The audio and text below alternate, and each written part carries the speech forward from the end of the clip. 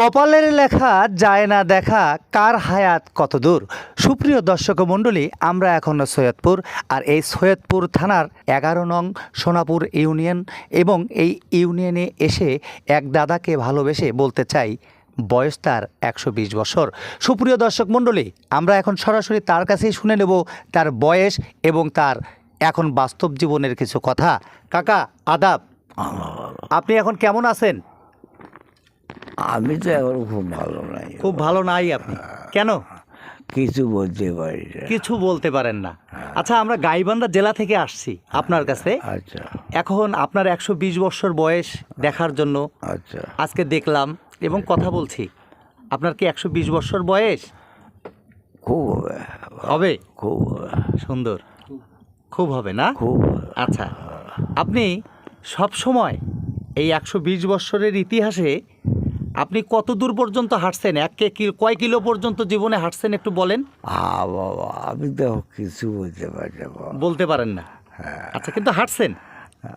এই যে হারিয়ে বড় হয়ে গেছিল বা আমাকে কি কয়, ওই জেলা টেলা ওই লাগিয়েছিল তা বাবা, হারিয়ে ইলটা আমার নাচছিল খাচ্ছিল, ইচ্ছা আমার হারিয়া করছে। আগে তো বাবা গাড়ি মোটর কিছু আসলে হারিয়া করছিল, হাঁটিয়ে করছিলেন? আচ্ছা, আপনার ছেলে মেয়ে কয়জন? ছেলে মতো বলছি তো দুইজন। দুইজন। আচ্ছা, আপনার মেয়ে? মেয়ে মেয়ে মেয়ে মেয়ে চারটে। মেয়ে 4টে। আচ্ছা, সুন্দর নলেজ। এখন দুইজন। এখন দুইজন। আচ্ছা, জামাইরা তো আছে?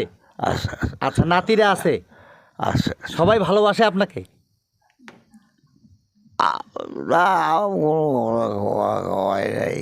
কোনো সমস্যা নেই, দেখা হলে আদর যত্ন করে।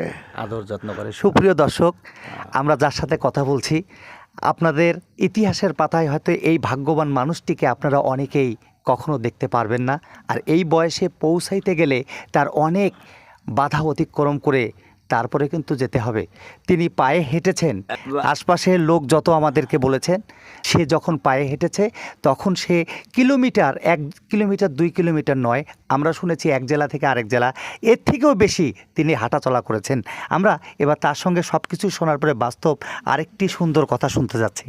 আপনি তো এখন খুব সুখী একজন মানুষ। আপনার এতে এই যে চলাফেরার এখন কি কোনো কষ্ট, কোনো কিছু মনে হয় যে দেহের ভিতরে কিছু ব্যথা অথবা কোনো অসুস্থতা আপনার কাছে?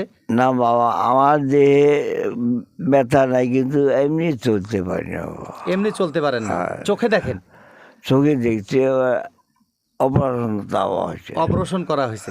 আচ্ছা, তাহলে আপনি তো একজন ভাগ্যবান মানুষ। আমরা আমাদের তরফ থেকে দোয়া করি যেন মহান সৃষ্টিকর্তা আপনাকে যুগ যুগান্তর আরো রাখেন।